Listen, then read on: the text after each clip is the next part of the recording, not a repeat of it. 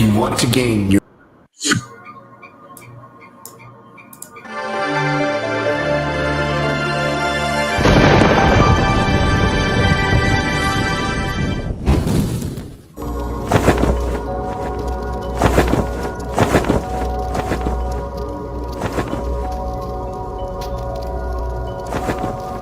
If you want to gain your spiritual freedom in this life and experience the alchemical marriage of your soul with your God self, through the process of your ascension, there is no better time than now.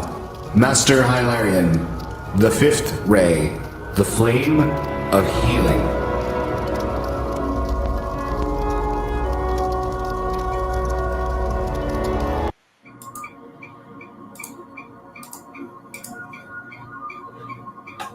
Okay. Hey, hello, good afternoon, and welcome to the Conscious Creators Collective for July 19th. And today I've got some great guests and co-hosts with me. I've got Joey Sky, Nick Verdis Mosays, and Karen Grateful Heart. And I, of course, am your host for today, David, aka the Lion. I've had the honor of hosting these Conscious Creator Collective shows for the last several weeks now, and it's been an interesting experience. Like last week, I got to talk to Dan Clark, and wow, like if you have an opportunity to tune into that show or catch any of the clips or see any of Dan Clark's material, I highly recommend it. But let's go ahead and get started today. So I'm going to give Joey a chance to introduce herself, since she's not really been with us before. And then we're going to talk about the simulation. So, Joey, please introduce yourself to us. Hi, my name is Joey Sky. I have a YouTube channel called High Frequency Content, so you can find me there or on Facebook. Thank you. And is there anything you'd like to share with us about yourself or at this time? Yeah, I'm a breathwork facilitator. I also am a conscious mindfulness practitioner. So I help people obtain states of inner peace through various different modalities. So just trying to help people kind of navigate this crazy simulation that we're in called Earth. So you actually you operate a practice? Yes. Yeah. Oh, that's awesome. Yeah, Joey Sujaros Empowerment Coaching and Workshops, and you can also find that on Facebook. Okay, excellent. And do you offer Reiki healing and things like that, or intuitive energy healing? I do very intense holotropic style breath work that helps people release trauma and stress. And then I'm also a mindset coach that helps people navigate this crazy simulation and still retain their inner state of peace, no matter what the external circumstances throw at you. Awesome. And yeah, and that's why it's so great to have you on today. Yeah. So, because we're going to be talking about the simulation. Mm-hmm. All right. Karen, Grateful Heart. How are you today? Hey, I'm great. Thanks for asking, David. Wonderful to see you and Nick and Joey.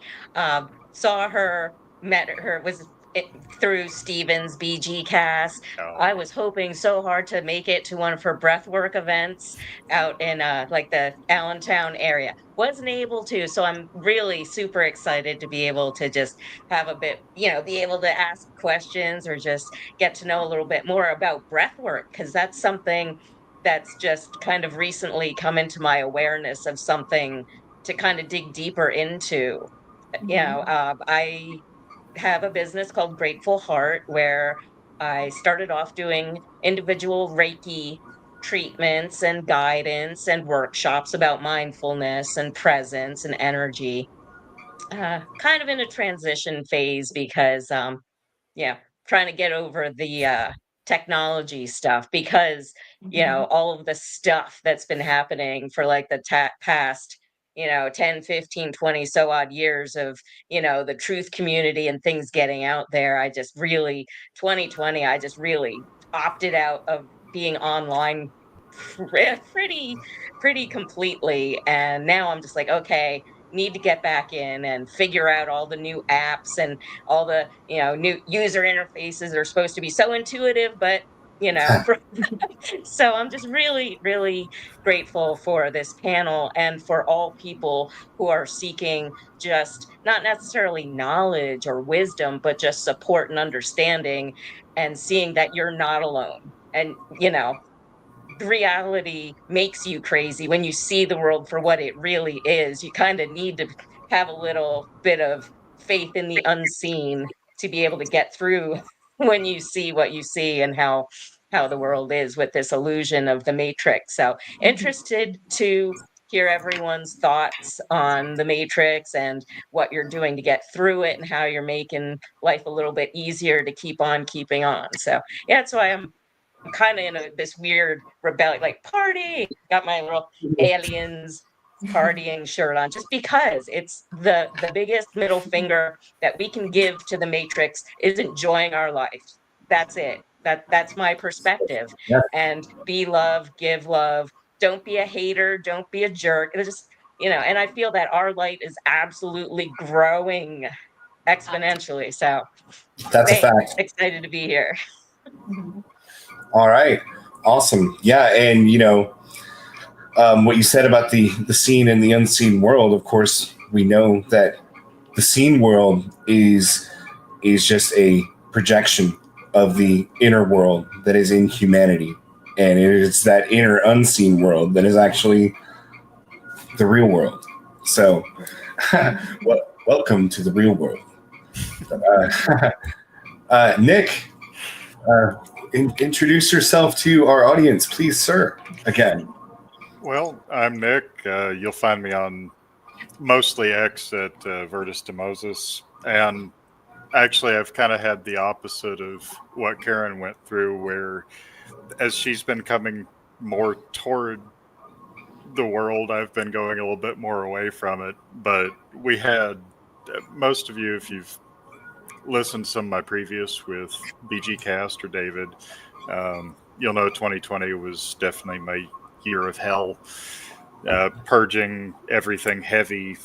And in the last year or so has been a settling almost of, as everybody else has been getting crazier, I've been learning more, getting to meet more people, and really working with how to extract our hearts from the negative, because as you've observed many times before, both of you, the Matrix loves bringing awareness to the negative, loves keeping everybody thinking about it. And being that this is just a reflection, the world around us is just a reflection of the unseen world, yeah, it's time to party. It's time to give it a lighter, not be a lighter feel, a lighter manifestation, not weigh down so much with the heavies. So been trying to alter that, and honestly listening, I wish I had met you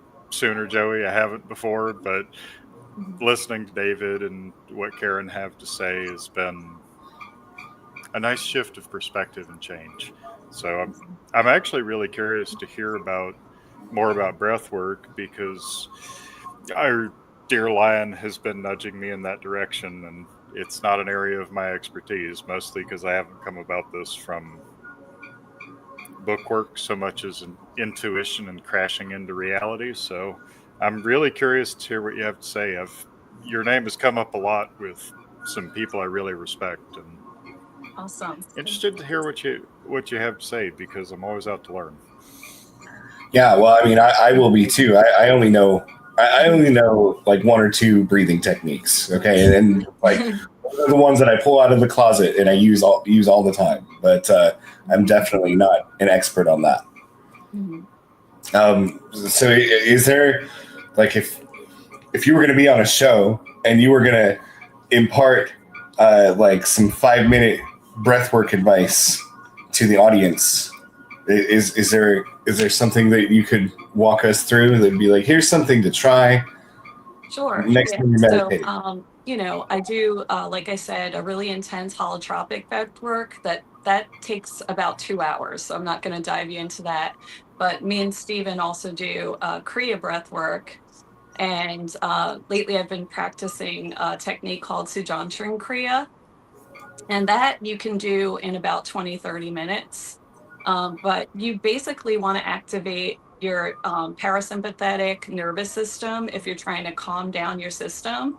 So if you're trying to calm yourself down, you're going to be doing deep nasal breaths in through your nose and out of your nose.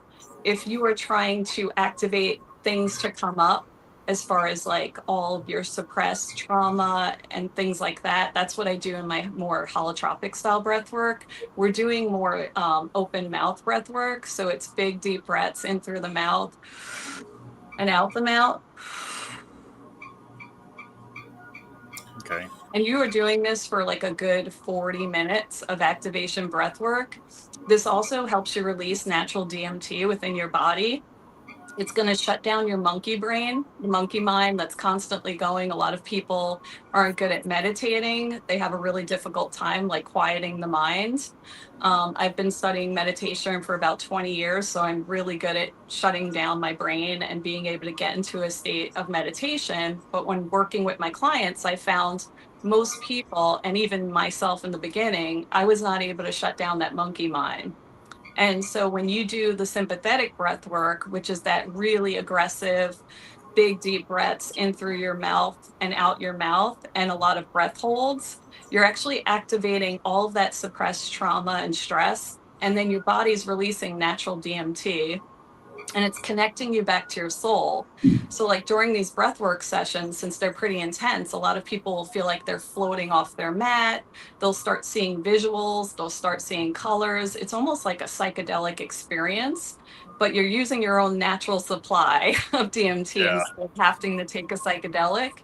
And psychedelics are such a useful tool in order to, like, reach different levels of conscious awareness, but they're not for everyone. Not everybody can participate in psychedelics. They may have certain conditions that, exclude them from being able to. They may not even want to because it's just so intense for them. It's not for everybody's nervous system, but breath work is another way of accessing altered states of consciousness in order to gain that inner connection to your soul.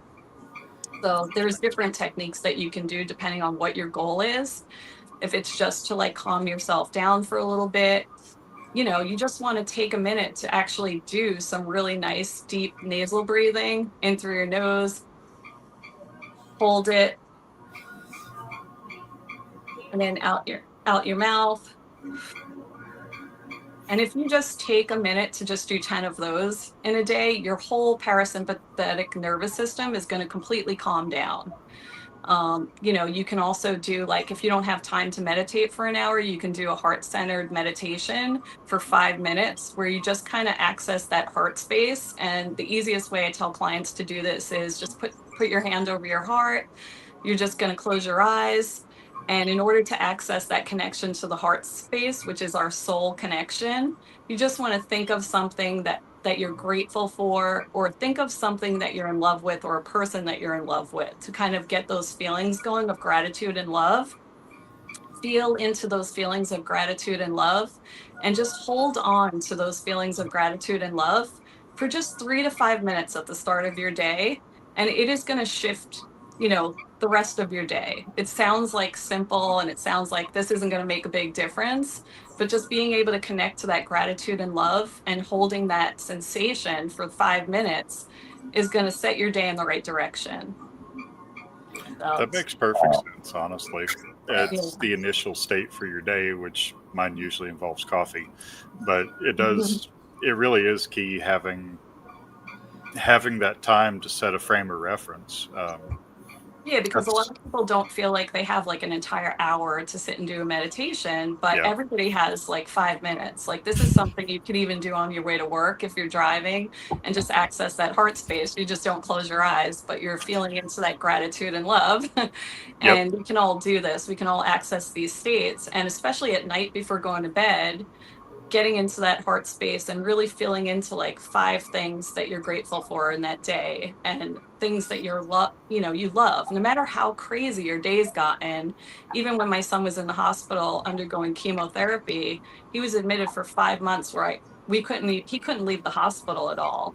But every single day, at the end of the day, we would do a gratitude list and we would feel into that love and gratitude in order to end our day on that, instead of ending our day on like the horrific things that were going on. Yeah. And I imagine that really sped his recovery up too. Absolutely. Yeah.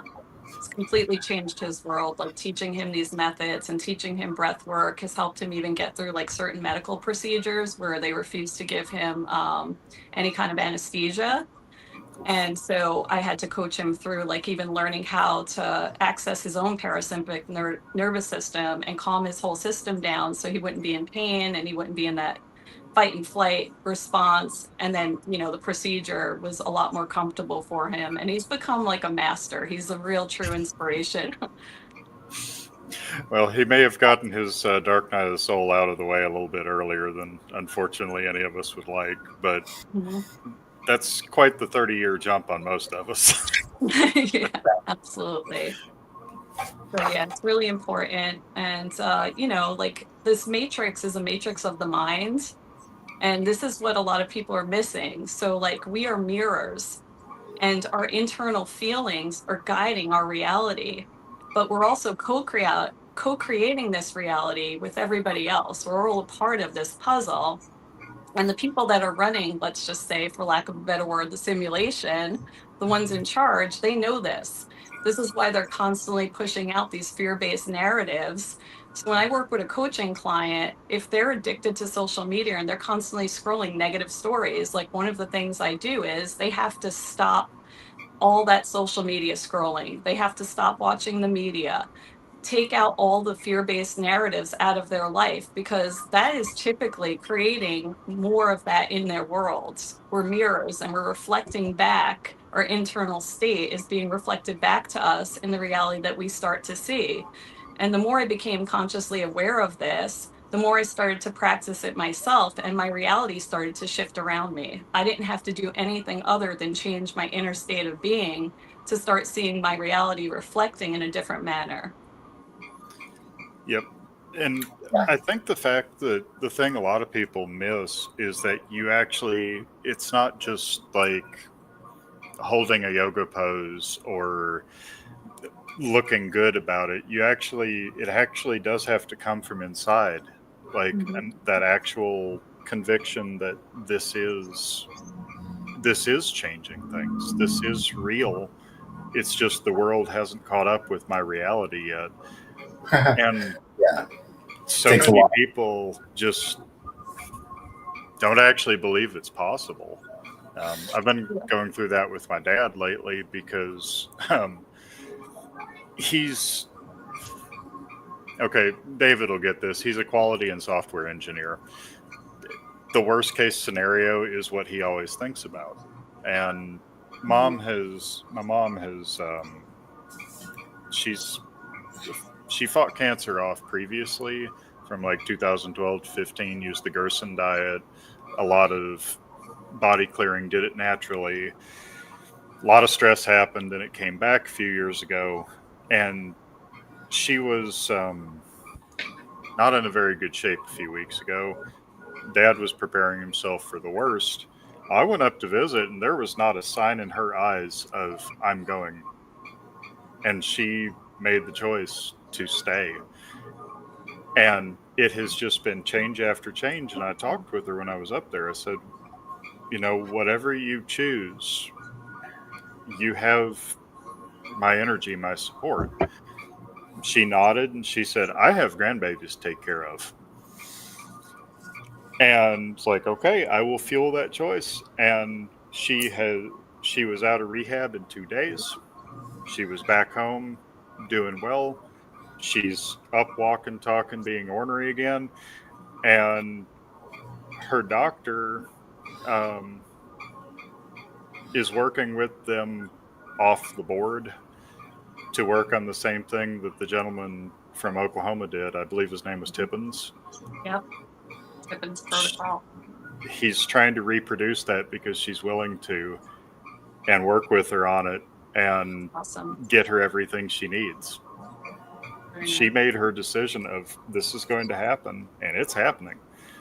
But That's awesome. that lady has some faith. Like, she's actually carrying through with it.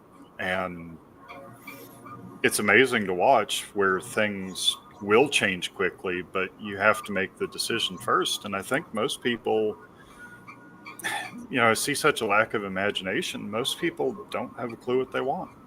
Yeah. Therefore, they Have you- can't manifest it. Have you Well, also yeah. looked into the Dr. Makis protocol? It's very similar to Tippin's, if you haven't heard of it. Dr. Makis also does the ivermectin, and he actually suggests menbendazole over fenbendazole. I did a consultation with him for my son. Okay. And menbendazole, he said, was just like a little bit more effective as far as like the peer-reviewed studies. So it's Okay. something to look into. See, I've been doing a bunch of digging through the Contraband Cures website Mhm. and working through their recommendations. But, as the guy said, if you don't actually believe in it, it's not going to work. Exactly. It's all about your belief system. Yep. Yeah. There- But now I will say, when I started this, there was. It's not like I always knew what was going to happen. It's like I believe, as it says, as it is written, faith the size of a mustard seed can move a mountain. Well, there's a riddle in there because, I grew up all my life thinking, oh, if I just believe, that just means I just have to believe in something hard enough and it'll happen. But that's not what that means. So a mustard seed is something real. You can hold it in your hand and you can plant it in the ground and it'll grow. So you have to have enough faith to be able to put your own energy and intention into the belief.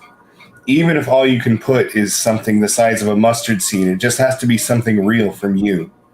Yeah. And what And I've that also starts it. discovered is if you have to hold on to that intention, because that's the key that's missing with manifestation. A lot of people teach manifestation techniques, but they're not sustaining it. So if you have like $1,000 in your bank account and your rent's due and you have all these bills coming up, it's really difficult for somebody to hold on to the feeling of abundance and really feel like you already have it. But in order to get that abundance attracted to you, you have to maintain that vibration, that frequency of abundance. So you have to be living your life as if you have $100,000 in your bank account, $200,000, and it has to be sustained for a minimum of 3 days, but the longer the better, but a minimum of 3 days where you are not backtracking. A bill doesn't come in the mail and set you back, where now you're going back into lack mentality. And that's all like conditioned from our childhood. We're conditioned with these certain mentalities. If you grew up and you didn't have a lot of money, now you're already in poverty consciousness instead of abundance consciousness. And that's something you have to break yourself. Nobody can do it but yourself. This is true. Yeah. I do have a bit of a reality hack here, though. Mm-hmm. Like this is I've talked about it in our Telegram chat group a little bit. So Nick will know what I'm talking about. Maybe Karen caught some of it, but back when this all started for me, and actually my book that I'm writing, like the first story arc for the first 6 books, like this is going to be in there. Mm-hmm. So back in summer of 2022, that's, I had already had like an experience a year earlier. I had started to experience things, remember things, awaken, but, it was still in a very early stage of it all. And that summer, a lot of things happened. And I began to, experience, beings, angels, gods and goddesses, aliens, having conversations with me, teaching me things, telling me, "Hey, remember who you are? You know, do you remember? Hello, wake up." And so it was a crazy, crazy summer. And one of the things that I started learning about was this thing that everyone talks about, manifestation. And I wasn't particularly happy with where my life was at that time. It was, 2 years post the start of the pandemic. My career in big tech didn't go the way I had planned or hoped, and I didn't really see where my future was going. My wife had taken the jab, and it was affecting her health and her spiritual health and our relationship. And I felt like my life was going down the tubes, and I didn't like it. So I was like, okay, what can I do to change this narrative? Because people keep telling me I'm the creator of my reality. So it's not going the way I want. So how do I change it? And I started hearing about these I am statements. You just say, I am this, I am that. I'm like, okay. And then at the same time, I started hearing people talk about Nikola Tesla. And if you only understood the magnificence of the 3, 6, and the 9, you would have the key to the universe. And then at the same time, as I was going through this awakening process, as always happens, I'm sure many of you have experienced this. Sometimes just the right person comes along at the right time that has something that they need to share with you. And for me, it was a friend that we had met through Telegram. She's in the UK, and she mentored me a lot during those early months of my awakening. And she herself claimed to be an Anunnaki, an Anunnaki starseed, which, I didn't know what to think of that at the time, but knowing what I know now, I believe her. So, and she taught me everything that I know about gematria. She taught me how to do it. And part of the reason why I think she's credible, number one, she understood gematria enough to teach it to me. Number two, she demonstrated on multiple occasions that she could predict the future with startling accuracy. So, there was definitely something to this person. And so she taught me about gematria. So, and I started thinking about Nikola Tesla's 369 code. And I realized it's a code. It's a gematria code. It is the divine code, like the signature for the creator of the universe. When just like when you paint something and you monogram it, well, if it has that 369 signature, that's the divine signature involved. And so I just thought, well, okay, so if I do some kind of a manifestation thing where I do it in patterns of 3, 6, and 9, then it's like I'm communicating on heaven's frequency, and somebody has to take notice. This is my thinking.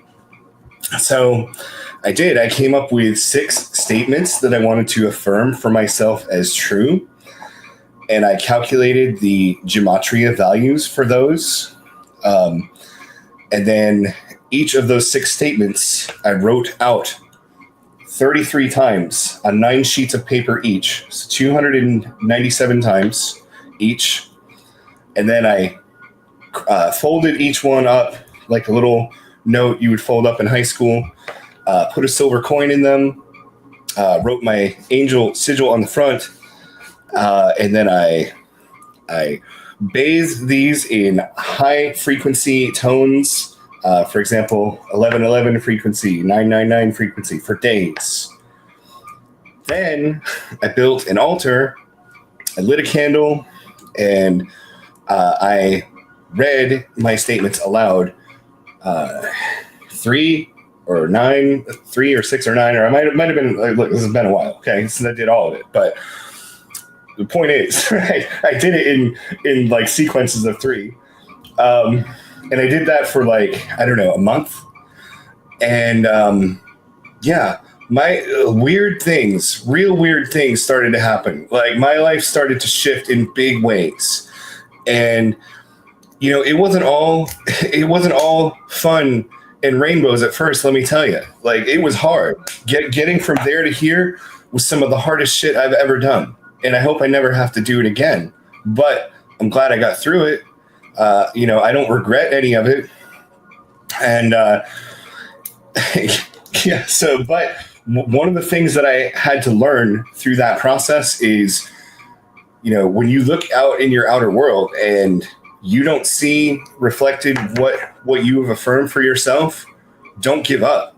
Keep going, because you're here for a reason, and if God has put that on your heart, that is for a reason. So don't give up on what you're passionate about. Now, if you determine that it's like some kind of a selfish ego thing that you're after, that's something else. But even that usually is something that you can transmute into a positive desire. Usually, an ego-based obsession is just a shadow aspect of a higher personality trait. Anyway, so that's what I have to say about that. But I'm doing it again for Lionsgate 2025. So and I'm way better at this now than I was then. Because back then I didn't even know what I was doing. I didn't even know if it was going to work. I didn't know if I was just wasting my time. Okay, I didn't know that the entire universe was conscious and watching me and waiting for somebody to acknowledge that it can be interacted with in this way. So, and I've read the I Am discourses like 100 times in my sleep. So I'm way better at this now. But anyway, so yeah, I finished my first one already. I am always receiving big bill money faster than I can spend it. Gematria 3696. And so, yeah, that's my first one. My next one, which I'm working on, I'm on page 6. I am so thankful for every way the universe conspires to fulfill my every manifestation. I am an archangel. And that is Gematria 6693. So, so anyway, that's what I'm working on for Lionsgate. And That's I'm not saying amazing. That's amazing. I just have to be like David. And the numbers, like when we first started like chatting online and Telegram, like always seeing 1133, 3311, and 13s all the time. And something that, I absolutely have to share, because when you said about like the ego energy, the shadow energy, yes, I ma'am. mean, sometimes, because I'm not big on labels, like, oh, what do you do? What's your title? Well, crazy person, just want to have fun, but it's what's come through is like shadow shaman. Like I work with shadow energies. Energy, it could be ego, it could be pain. You can transform that energy. Cannot be created or destroyed, it can be directed. And as and something that I think is a really powerful practice for anyone who's just starting out with like breath work and affirmations, and maybe figuring out what's important, what do I want to create in my life, what's my purpose, what's my passion, and lining that all up, is actually, keeping at it, being persistent and not giving up. Because one of my kind of techniques for that is with journaling. I'm also very big on writing a lot of things, a lot of affirmations, prayers, mantras, stories, things like that. And then, yeah, especially Lionsgate coming up. That's always been a really powerful time for me to really see a lot of wow, magic, miracles, blessings, just like, but to take that opportunity knowing that the only time is the present moment, all time exists in the now. So thinking about, yeah, where was I a year ago or 5 years ago? And wow, I didn't, no, don't say you didn't know stuff. You didn't just remember it yet.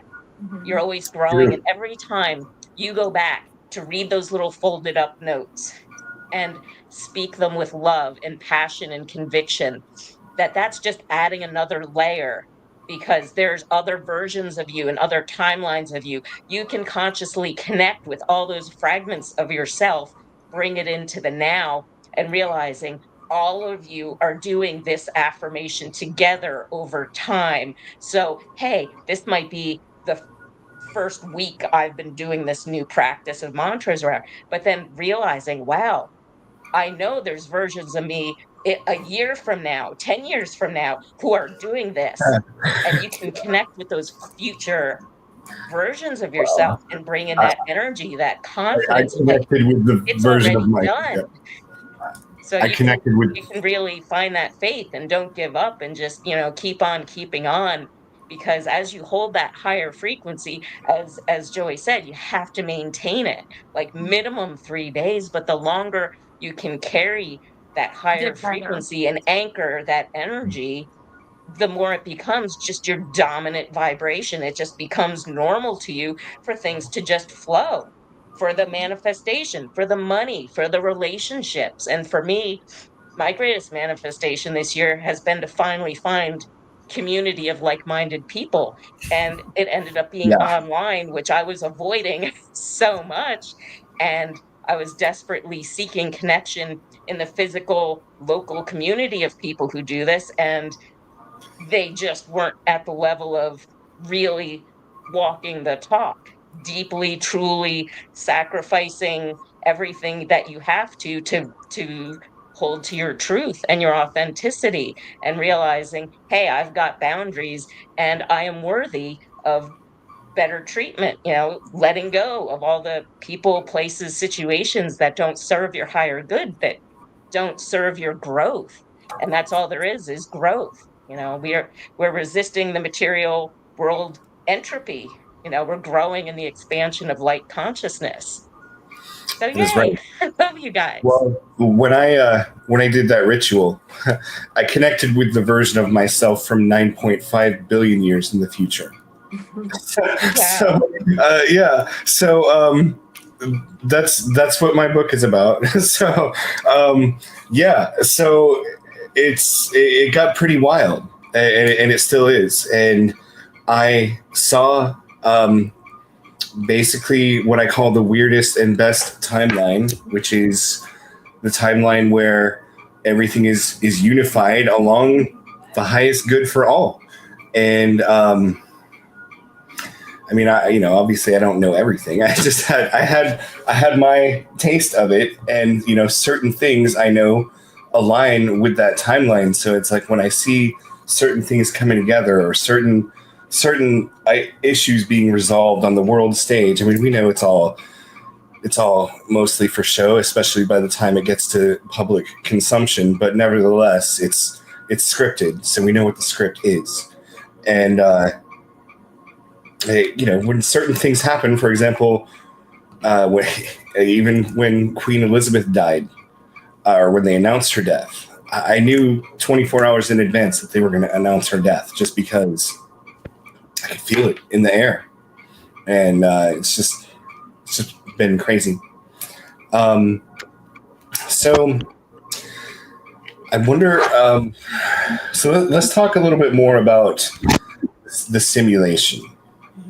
So has everyone here seen at least the first Matrix movie? Yeah. The good one?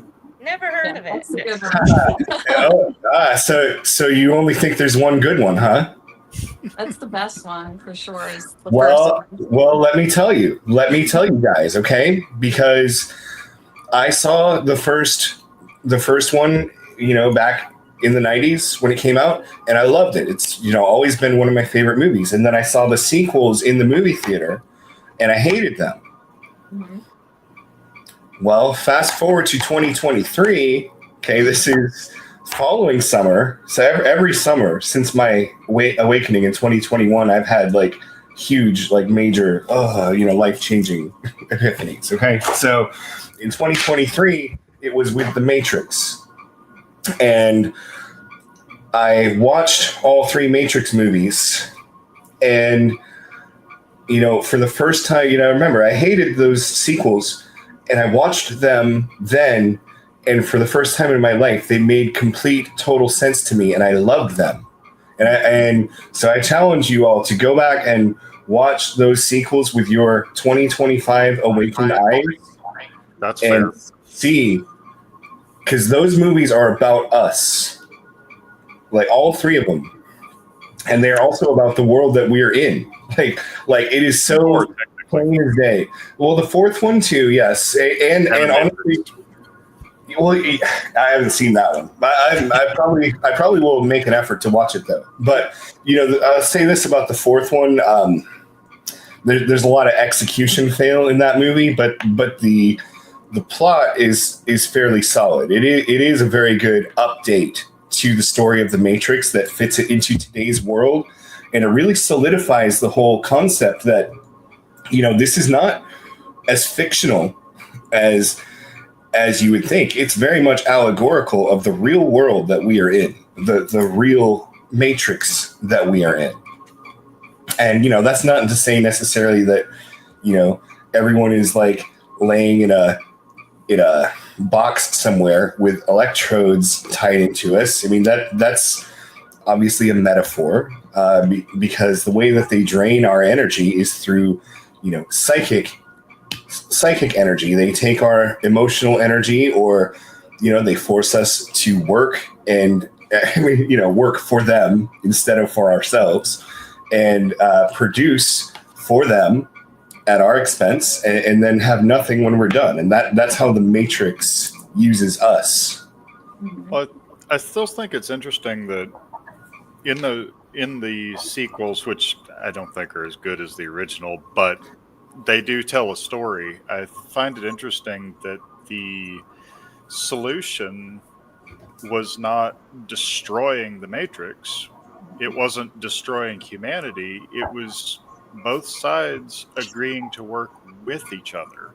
Absolutely. Where the Matrix would no longer hold on to people who wanted out of it, and the people who were out of it would no longer try to destroy that system. It was very much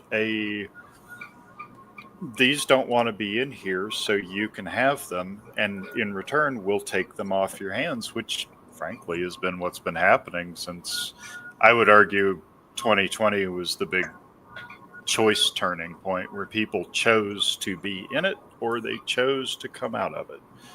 And really, it's been two parallel worlds. And you remember my rant from a few days ago that how I really hate this mentality that we have to destroy the system and that we have to. You literally are ignoring it till it goes away or works with you. Absolutely. Yeah, Ignore it. Yeah, it's the key to your liberation is not paying attention, because everything you take into your subconscious mind becomes a part of your reality. So the more of their nonsense that we take in, and I stopped watching the media like well over 10 years ago. I think it's about 11 or 12 years now. But obviously, I'm exposed to some of it because I am still on social media. So I get like trinkets, pouring in from everybody else secondhand. But I seriously try to protect my subconscious from any kind of movies that have programming in them, which are most of them, any kind of media with the programming, because I've started to consciously realize and wake up and remember that every single thing I'm taking in is going to become a part of my reality in some way, shape, or form. Even my son's cancer, I have to take somewhat responsibility for that now that I've seen exactly how I'm co-creating this reality. I used to be so against pharmaceuticals and the medical industry. I was in nursing and I went on a rampage. My old Facebook page got shut down. I was warning people that COVID was coming 3 years before COVID came. I looked like a psychopath. I looked like a nut job. Everybody that knew me thought I lost my mind because I said they were going to start forcing people to get these vaccines, to work, to go on airplanes. And it came to me in a vision. And so I was posting about it years before it even happened. And I looked completely crazy. But I had this big thing against the medical establishment, and me putting all my energy into trying to take down this medical establishment now manifested me having to deal with the worst part of pharmaceutical that you could ever Yep. have to deal with. I'm dealing with oncology. It is the worst part of the pharmaceutical industry, in my opinion. And something I've always said, like, I would never do chemo. I had cancer myself. I cured it holistically and naturally. I'm 20 years cancer free. So now my child is being forced to undergo forced chemotherapy without my consent, even though he's cancer free. But I know part of that was me manifesting that into my world by pushing out all this hatred towards the pharmaceutical industry. And now I take accountability for that. And I'm extremely conscious of how I'm dealing with this moving forward. Yep. That is honestly, that's a story more people really need to hear, Mhm. because your alignment with what you see really makes a difference. You know, I I don't know if you're on Twitter or not, Joey. Like Um, X, whatever. yeah, I am, but I'm never on there. I Yeah, just like I had to like cut down like, where I'm going. But yeah, I should get makes back sense. on. You can only spend so much time So in. much time, yeah, on social Um, media. but Social I media is that's such a bear with the matrix, social media. And actually that something you said, Joey, brought a question up for me because yeah, you were saying about working with clients and especially telling them, hey, you need to like shut down the social media or limit your time to maybe like 1 hour. Yeah. How d- how do you actually get through to them? Like, what's your response? Because the people that I've tended to work with are always like in instant denial. Oh no, I only Oh my use it gosh, for I because I need to. there's so many people that they don't even want to turn off like the regular TV programming or what I call the tell lie vision. It's telling lies, it's programming your minds. Yeah. And I just tell them, like, look, if you really want to work with me and actually get results, because I help a lot of people with depression and anxiety. And a lot of that depression and anxiety is stemming from what they're taking into their subconscious mind. I'm like, you're just not going to get results. If you're not going to follow my advice, then I'm probably not the person you want to work with because I'm going to get you results and I'm going to get them really fast if Yeah. you listen to some of these things that I'm telling you to do. And most of depression comes from dwelling on the past. Most of our anxiety comes of worrying about what's going to come in the future and not living in the present moment. But also like all of this crap they're taking in, because a lot of my clients don't even know to like avoid like the media, which is like Hmm. nonstop negative stories. So if you're filling your subconscious mind with all this negativity and like wars and this and that is going on, of course you're going to be living your life depressed and anxious. It's all, you're reflecting it all back to yourself. Like it's a mirror. well. Yeah, and What's I just some? it's Oh, hard get telling people to turn off the TV.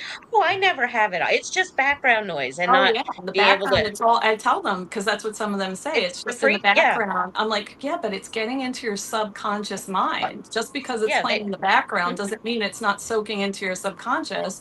Plus, on top It's of that, look at all the patents that are owned on all the subliminal messages and the frequency that they're pushing into the population through the television or the TV yeah. programming. And Well, anybody can look up those patents. I have a there's all. simulation What hack do for this they? as well. I have a simulation hack for this as well. Yeah, this is what I've been doing for years. Um, yeah, I'll have the TV on in the background, but I'm not watching TV shows. I have, if you get on YouTube and look for like meditation tracks, frequency tones, binaural beats, stuff like that, and I'll play that stuff. And That's the type of stuff I tell them to replace. So, yeah, like, you Yep. take yeah, out all that negative programming, and now you're going to replace it with all the positive programming, and you're hmm exposing yourself to that until it becomes a habit. And so now yeah, it just becomes a part of you because that's all you're taking in. So you can't not reflect the positives when that's all that you're inundating yourself with: positive books, positive podcasts, positive, YouTube videos, the frequency stuff, the meditations. That's all going to become your new reality. And it does take time for your reality to catch up to your inner state of being. But if you, like I said, sustain that frequency, it's going to catch up to you. One example, this is a great manifestation example. I have blown through over $60,000 of my own personal savings, having to take off work and care for my child. And in doing that, things are a lot tighter than they used to be. I told my son, I'm going to show you just how possible it is to manifest the rent. And I'm not going to go out and get it, it's going to come to me. And so I maintained a frequency. I started meditating every single night and just held on to the frequency of abundance. No matter what anything else, any external circumstances was telling me, I knew that my rent was going to be paid for in March. Within 2 days of doing this, and I was able to show this to my son, who's only 11 years old right now. So it was a good example for him to see.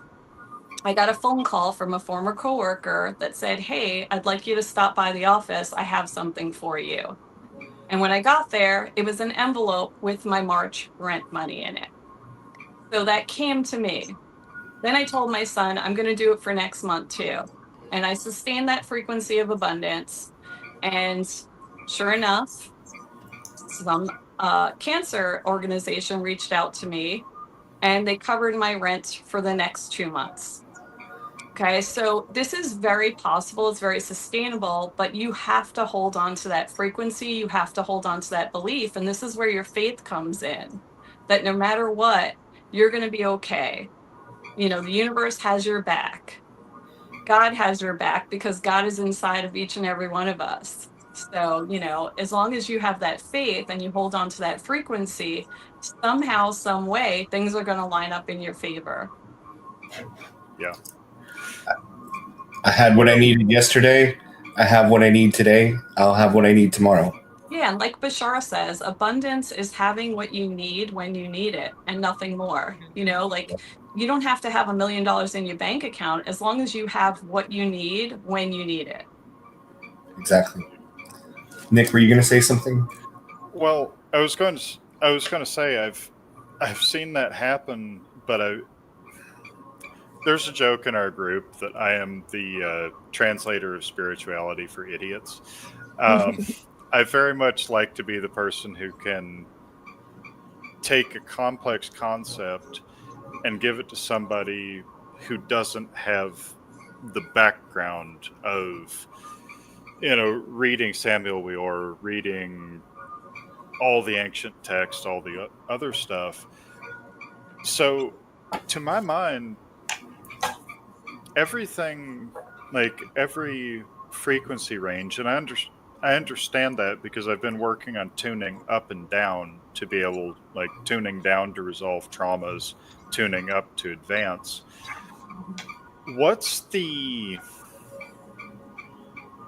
I know everybody creates it differently, but what is the object that you play with in that abundance frequency? Like, I hate words. Words are so hard. I know words Telepathy will are make very this They difficult are. to easier. do it. It's more of a feeling. It's like, how would I feel? Would I Yeah. be worried or would I be at peace? Like, if I know that my rent is covered for next month, I'm not going to be stressing out about it. I'm going to be at complete, total peace. So it's just literally maintaining that state of inner peace because you already have it. It's not something you're waiting to get. If you're waiting to get it or you're asking for it, you're not going to get it because you're still grasping. It's over Yeah. here. You have to bring yourself into that frequency of already having it. So, how would you feel if you already had it? You're not going to be stressed. You're going to be at complete peace because you're not worried about it. So, there is no worry any longer. But it's That hard makes for sense. people to maintain this. It used to be really difficult for me. I've gotten really good at it now because I've worked on myself for years and released all my old past traumas and stuff. So it was a long process, but now I'm able to maintain these states for a really extended, sustained time. And even though, like I said, my son has a 50% chance that he's not going to make it, but me understanding he's an immortal soul, this is a temporary experience we're having. We're all ultimately okay. None of us could ever possibly be harmed in this. This is just an experience to be had. So there is nothing to worry about. It's just become the observer. Allow yourself to witness all of this that's going on around you while still maintaining an inner state of peace, no matter what the external circumstances throw at you. And you're going to start seeing synchronicities come into alignment. Things will start to flow a lot more easier in your life, and your situation is going to start to gradually improve.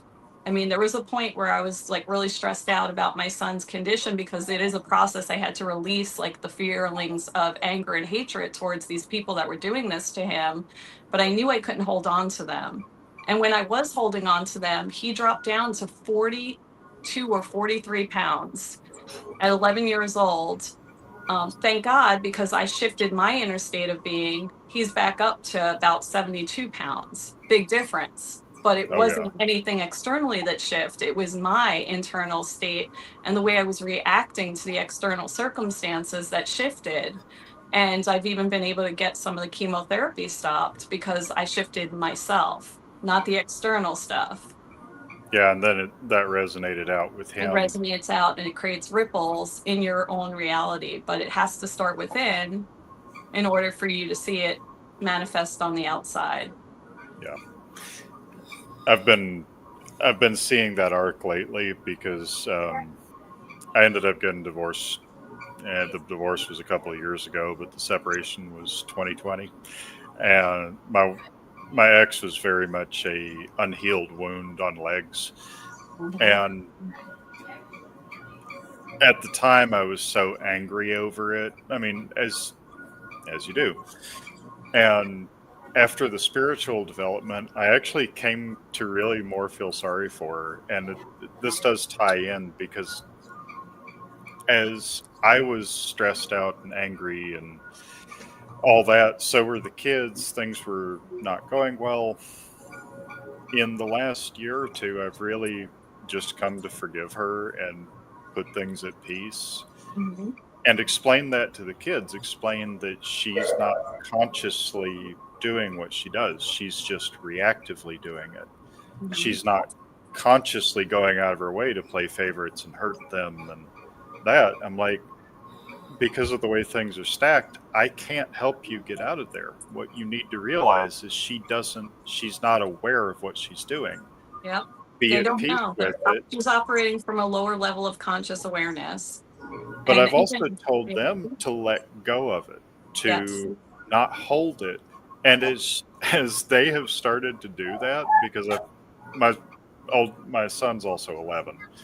He's 125 pounds though, and on the other end of the spectrum, and Mhm. he's been really hurt by this. And as he's started to let go, it's not bothering him as much, and she is starting to do things that are going to Favorable. allow the kids to not have to put up with it anymore. And I don't want to go into details, but More.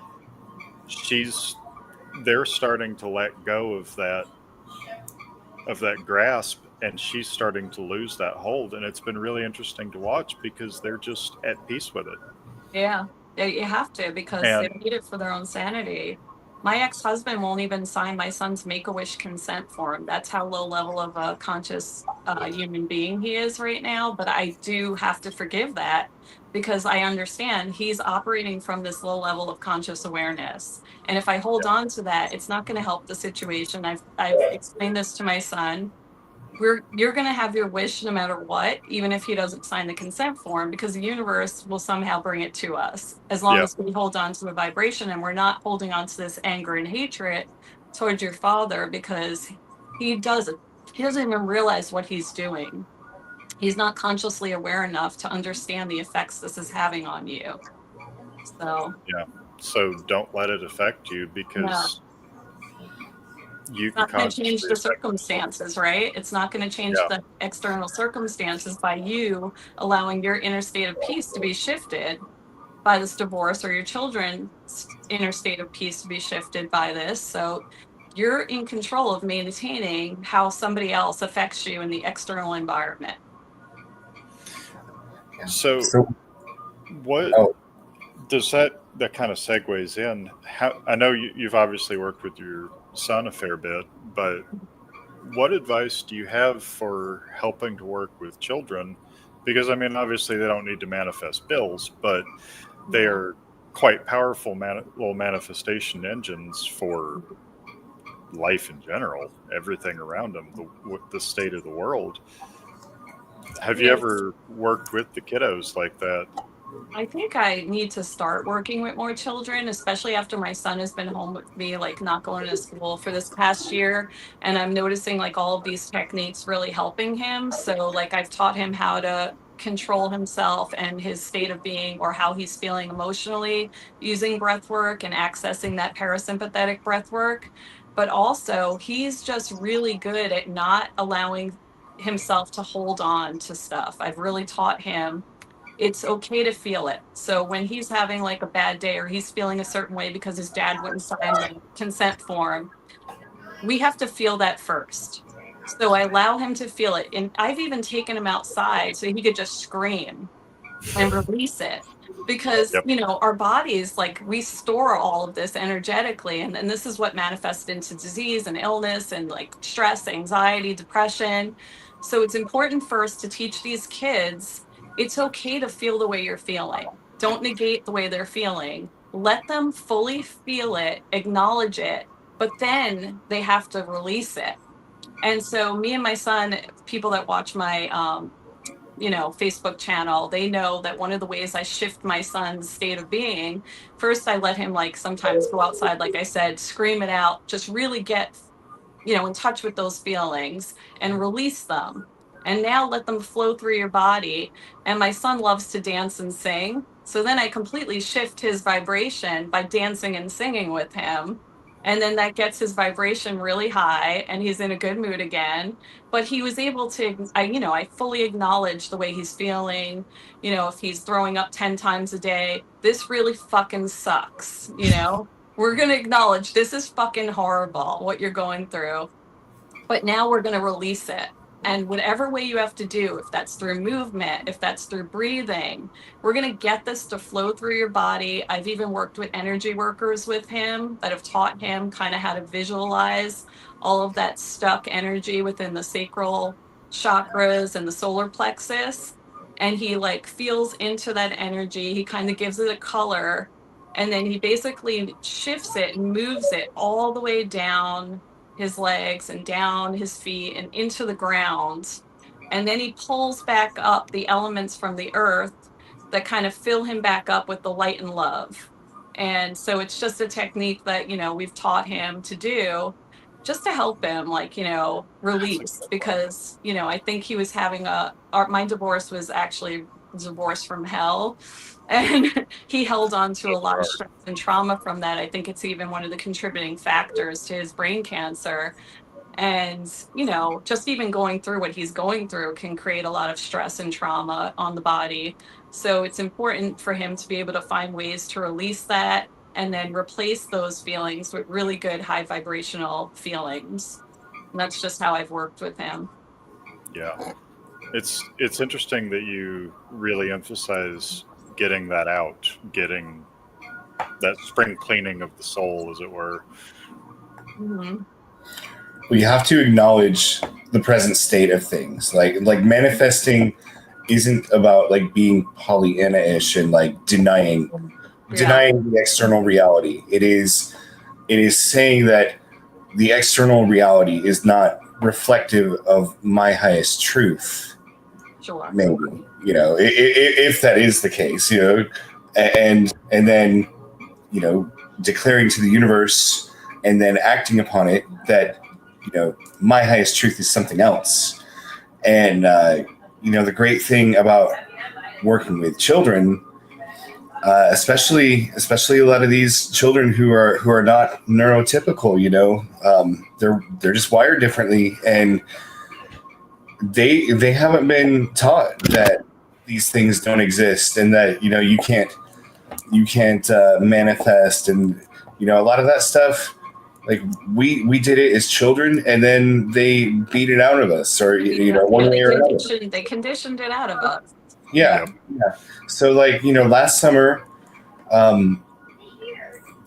right around the time that I had like a really intense experience, my wife and son were involved, and that's part of like it freaked them out. Honestly, we Like, I'm still trying to figure out how to explain to the world what happened to me during this time. But it was like I slipped into fourth density, and my family went with me. And just for an example, we went for a drive that day from Port Richey to Bradenton Beach, and my son, I had said something to him that day about because he's always stressing about time, and I was like, okay, well, you know what? Time doesn't exist. The clocks are a lie. You are the Lord of time now. So you say what time we're going to get there, and that's when we'll get there.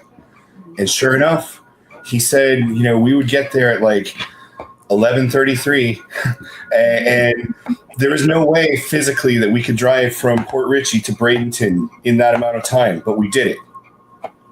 There was a whole section of road that just like wasn't there, and it was like 1 minute we were in Tarpon Springs, the next minute we were at the St. Pete Bridge. I don't even know how it happened, but it did, and there was a lot more than that, and it was because the three of us, my son, my wife, and I, somehow that day, the veil was thin enough for us, and we believed it enough that we just kept manifesting together. And I was like, okay, at 1:30, this is going to happen, and I affirm that is true. And like, Sarah, do you affirm that is true? Yes. Elijah, do you affirm that is true? Yes. And it kept happening. And then, but here's the really crazy part. After that was over, well, actually, there's a lot more crazy than that. But after that was over, I got home and I took a nap, and I dreamed that I was time traveling all over the place, setting all that stuff up. So, I mean, yeah, and it gets way weirder than that, but I won't go into all of it. But like, I was just amazed at what a powerful manifester my son became in that moment, because he didn't have any of the overhead that we have that, oh, this stuff isn't possible. He just made it happen. Yeah, and it's important to teach your kids to like really trust their intuition, because we've been steered away from our own intuition, and we're constantly getting messages from the universe.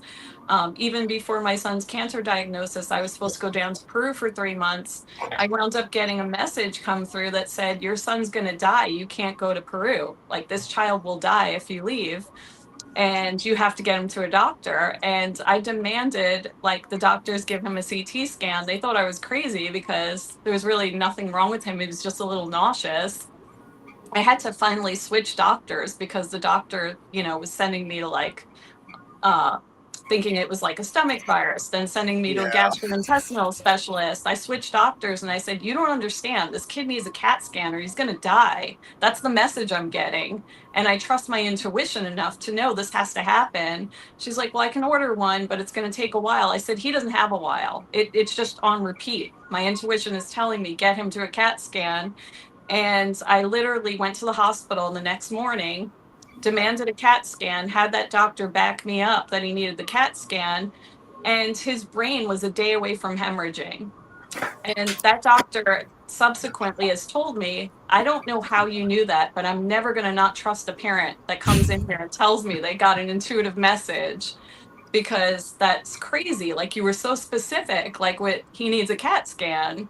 And I'm like, yeah, because I'm in tune with my intuition, and we're taught not to listen to that inner voice. But we all have it, and kids have it even stronger than we do. We're just completely suppressed as children. At least our generation was. Yeah. Yeah. Yeah. I used to always get messages that people were going to die, and I was fostered kind of by my grandparents, and it's just I had a really traumatic childhood. But when I used to get these messages that someone was going to die, it would freak them out to the point that they took me to a priest to have me doused with holy water instead of like saying, well, there's something to this. Like, she knows when somebody's about to pass, like, and I still get those sometimes, and I just try to block them out now, because a lot of times it doesn't change the trajectory of anything. But you have to trust that intuitive guidance that you're getting, and not suppress these kids when they're having these messages come through, and they tell you something, like really pay attention, because these kids are intuitive naturally. We all have it inside of us. We just have had it so beat down, suppressed. Yeah. Yep. I've got Yeah. four, well, five very special kids, and including one who had a previous life as a cat, one who I'm pretty sure used to be a fairy, one that I can't figure out, and one who I know is an exceptionally old soul. So Yeah. when they start going, you know, Dad, you really should, it's like, you know, I probably should. Yep. Have to listen. And Yeah. it's so amazing that, with more people learning about, the power of their inner beingness and their frequency, is that, adults having, kind of blocked out that trust in the intuition, is Mhm. that I feel that it does get stronger the more we bring ourselves in the present moment, the more we breathe, the more we calm our nervous system. Yeah. And just hearing the stories about, the synchronicities, the manifestation, the whole when two or more come together in my name, when we hold the same intention. And something, it's been a weird few weeks for me. I'd been really offline and not connected. Was away actually at campground, kind of where I had my dark night of the soul, where I kind of left my household and lived in the woods one summer. And Mhm. I actually finally went back for a while. My husband and I went down there for our anniversary, and there were some crazy, crazy, wicked thunderstorms and lightning. And it was during, I actually had a new client while I was down there working and doing a Reiki session during this massive storm. But whatever's going on with the energy, with the veil, my personal experience has been, you know, my husband and I have been together 21 years, and it's just he's going along the journey now. Like he's seen me, go through the batshit crazy phase, like Yeah. I don't know. Yeah, I was just The like a total process. cuckoo for Cocoa Puffs. I was cuckoo. Like, but then finding that peace within, anchoring, understanding, taking full responsibility of my thoughts, feelings, and actions, looking at everything as a mirror. Everything was me pushed out, and holding it for a solid couple of years now. It's been amazing watching him, because our family, our children, we actually, by us doing our work, is healing not just us, but those we love and who are in close physical proximity. And what I Breaking would say is like those this whole generational week has curses. been, Yeah. yes, yes. And it's one of those things where, um, like my husband's family, like we don't have children. And I kind of, my intuition is kind of like, yeah, I had some previous lifetimes where I had a lot of grief and loss. Mhm. So we, kind of opted the child-free lifestyle. And it's interesting that people would, they always assume, oh, you don't like children. I'm like, no, actually, I love them so much. And when you see what this world is and Yeah. how hard it is to really raise them in a world that's set to destroy them. And it's just really, and I think it's so wonderful, Joey, what you're doing, raising the awareness, raising a consciously strong child, and sharing your gifts and your wisdom, with people who, may be close to giving up. Because I feel that, Yeah, and I especially and people who and have like been, I yeah. myself, I've been through it. Like I have been suicidally depressed. I had severe PTSD. So if I go back years ago, I had severe PTSD. I had to work through that, and because I was able to figure that roadmap out of that, it's like one of the gifts that I'm able to now give back and help others get out of that state. But I've had my own challenges, and a lot of us, especially if you've had like a traumatic childhood, we go into these responses from our childhood, and it's just patterns of behavior we're falling back into. But the more you get consciously aware, the more you recognize those patterns of behavior, and then it's your responsibility to fix it, because nobody's coming to save you. Only Hmm. you can save yourself. And Yep. so even when I'm helping other people, I'm not doing it. I'm just giving you the roadmap. This is how Yeah. you can do this. And even when I'm intuitively healing, I'm facilitating that. I'm not the healer. They're healing Yep. themselves. I'm just giving them the permission slip to go there and do Yeah. it, you know? Yeah. You're the Absolutely. catalyst. And teaching people their own power, take responsibility. You choose the victim role and say, oh, blah, blah, that happened. This person did that. And then again, like you said, Joey, Yeah. that's the past. Showing them the It's way not out. You now. can't live in the past. My father tried to kill my entire family. He was shooting at Mm, us. I wound up in foster care. But if I can overcome that and not allow it to dictate my future in my life, anybody else can. I'm not special, you know? And for a while, mhm. I allowed my past to control me, but I became consciously aware of it. I saw my patterns of behavior with the help of certain tools and unconventional methods. I'm writing a book about it right now. And it's how I was able to pull myself out. And now I can give that wisdom and grant it to others that are ready to recognize they are the ones that are coming to save themselves, nobody else. It's just there are tools and techniques available to you if you're ready to pull yourself out of that. Yeah. They just have to have the strong enough intention, like to really, Want to really, heal, really to want it. really want to And I heal. feel like, yeah, because our suffering experience our is suffering is a similar. catalyst for our awakening. Like, so Yeah. without that suffering, most Yeah. of us would never be here in more of a consciously awakened state. The suffering is the catalyst to you waking up to your truest and highest self. Oh Yeah, yeah.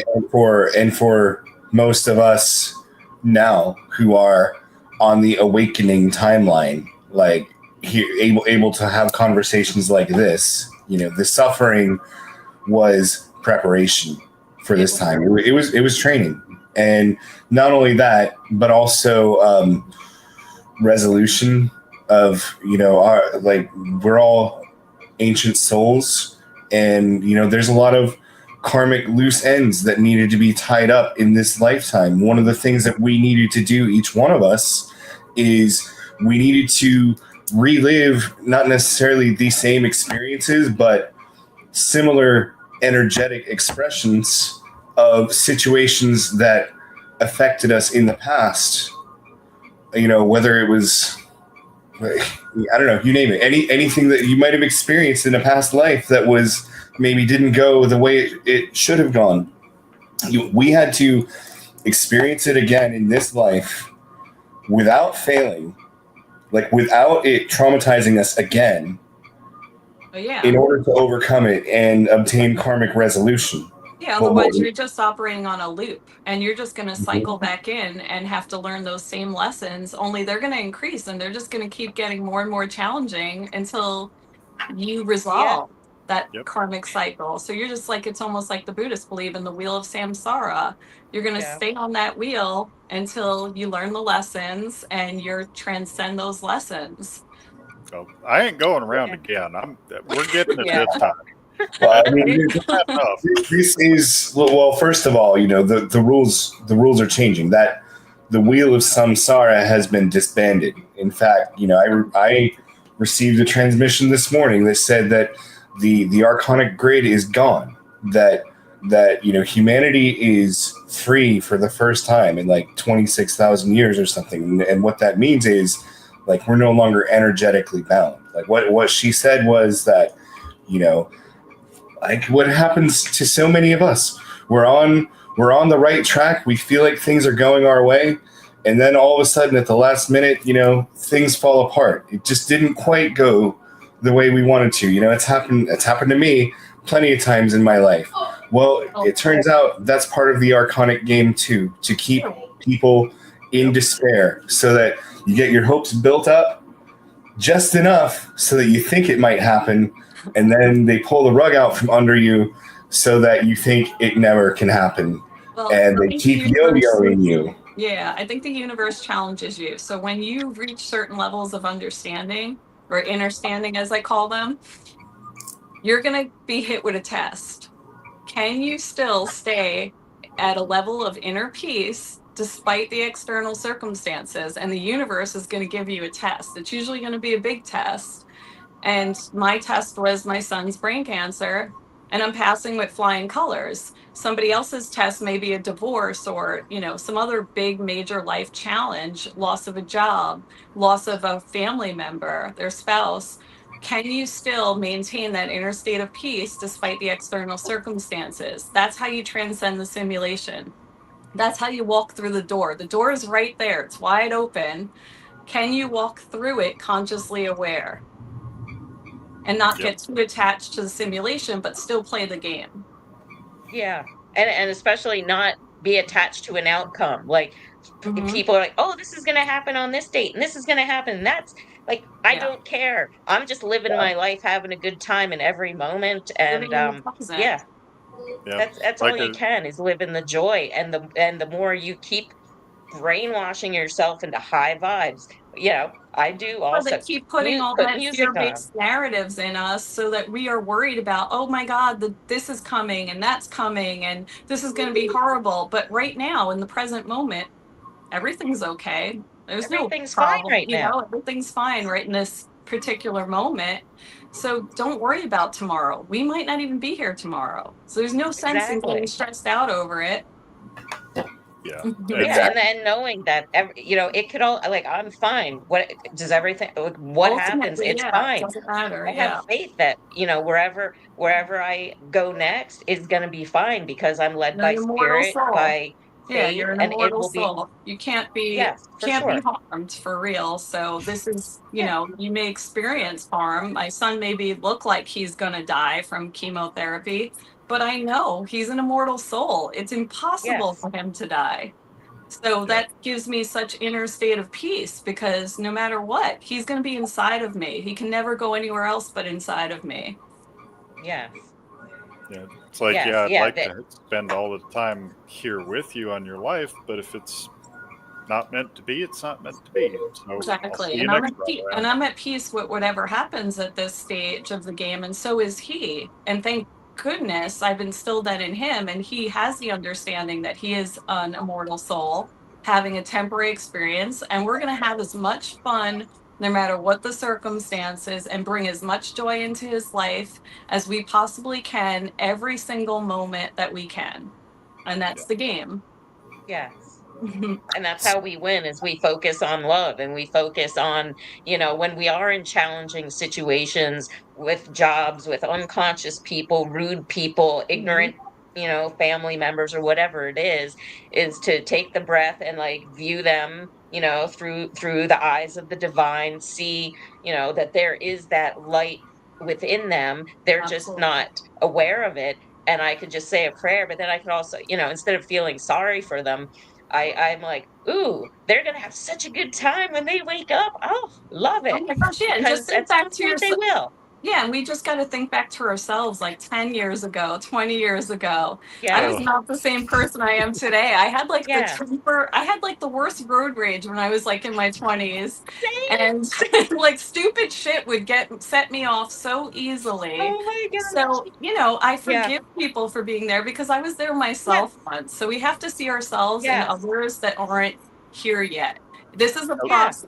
We're all going to get there. It's just a process. I love the fact Yeah. that when you said 20 years ago, we all had an instant cringe reaction. Right. It's like, oh God, I was still listening to Breaking Benjamin. Yeah. Gosh. So we're about 90, close to 90 minutes in. So, Nick, do you have any final thoughts you would like to share today? And where can people find you again, or anything you want to share about yourself? I lurk on X, mostly trying to move the needle, posting uh, spiritual growth and random shit posting. So I try to never keep one solid thing on my timeline.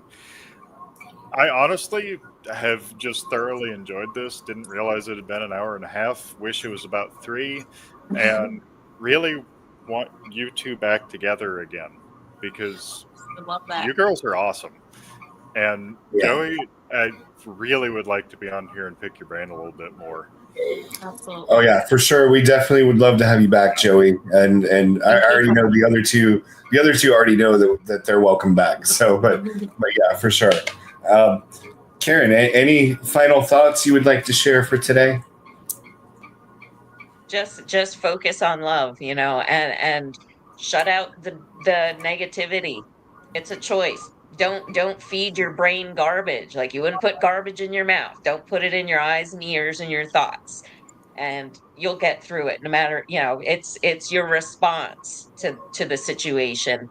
Because, yeah, the lesson's going to keep coming at you until you make a different choice and you face it, allow the feeling and let it go. And those karmic knots are untying over time as you hold your frequency, and that suffering wheel of samsara is dissolved. So dissolve the karma and Yeah. clean slate, baby. So yeah, Uh, new chapter, new book, whole new whatever it is. But yeah, I'm here for the journey, and no more road rage. I'm just, go with the flow, enjoy the journey, every now moment. That's where your power is always in the present moment. Pull yourself back into it. So I'm getting a little bit more online, a little more technology based. Been doing some workshops down in Annapolis, Maryland, and so especially for Lionsgate 8-8. So looking to do some things around campfires and with some sound bath and meditations, but things with like singing and drumming and dancing. It's like get your whole body into it, and that really helps release some of the stuck energy. So, and if anyone wants to reach out, you can find me at gratefulheart.com, and that's GREATFULL heart.com.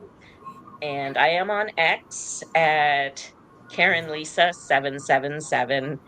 And those are the two main places that I'm at. But website and email are usually the best bet. I'm not always online a lot, but I love the IRL stuff. I love people. I love to have conversations and really connect. And I feel, so blessed that, I'm finding my tribe. I'm finding people who understand and can laugh at when we tell stories of when we were going through the dark night and the crazy hard times and the ridiculous situations, and it's all part of the process, and we're all getting there together. And I thank you all so much, because we're all contributing. Everyone watching live, watching in the replay, it's like we're all contributing. There is power in your thoughts and your intentions. So thanks so much. Thank you, Karen. And I love this word that you used, respond. That's something that I had to learn and put into practice last summer when I was going through my darkest night of the soul. Is the difference between responding and reacting, right? Like reacting, that's what your ego wants to do when it feels threatened. What do I need to do to make sure that I'm safe? Responding is what you do when you act out of consciousness. What is the best path forward for everyone in this situation? That's the difference between a response and a reaction. Yep. Joey Sky, thank you so much for joining us today. You have so much wisdom. We would definitely love to have you back with us again. Do you have any parting thoughts for us? Thank you for having me. And I would love to just say, don't get too attached to the simulation or the avatar or the characters or what's going on around you. Try to be more of the conscious observer and know that all of the challenges in your life, see them for the lessons that they are. Because when you start reframing the challenges as the lessons that they are, you're going to be able to start shifting your perception on them and realize these things are happening not to you, they're happening for you, for your own growth, for your own involvement. We're not going to be the same people today that we are 10 years from now. We are constantly evolving and growing if you allow yourself to. Don't get stuck. Don't hold yourself back. Only you can save yourself. And if anybody wants to find me, they can find me on Facebook at Joey Sky. And then they can also find me at High Frequency Content on YouTube. And I'd love to connect with you guys more. Thank you for having me. Thank you so much. And I am David, aka the Lion of God. You can find me online on Twitter, Facebook, Telegram, TikTok. Facebook seems to be where I'm having the most success, honestly, these days with my content. So it seems like that's going to be where I'm going to be branching out the most. I release weekly video content. It's the Ascended Master Wisdom Shorts, which I showed one of at the beginning of this show. And it's kind of like I have this vision of like a Saturday morning cartoon kind of franchise, and it stars the lion. And so the Ascended Master Wisdom videos are kind of like this Saturday morning cartoon public service announcement, like they used to have after G.I. Joe, except it's the lion, and he's sharing Ascended Master Wisdom. And I figured it's a lot better to have that out there on YouTube and TikTok. Like people doom scroll through that stuff all the time, and it's like trash. And then here's an Ascended Master, So that's just kind of my way of trying to put a little more positive content out there. And then I am also writing a comic book called The Lion of God. The first part is 6 books called Q is for Quantum, and it is based on my awakening experience, my journeys in the astral and ethereal realms, my remembrances of past lives, encounters with ETs, aliens, all that stuff. It's all going to be in there. So I appreciate support if anyone would like to check it out. And that is it. Thank you all, everyone, and have a great day. Thank you.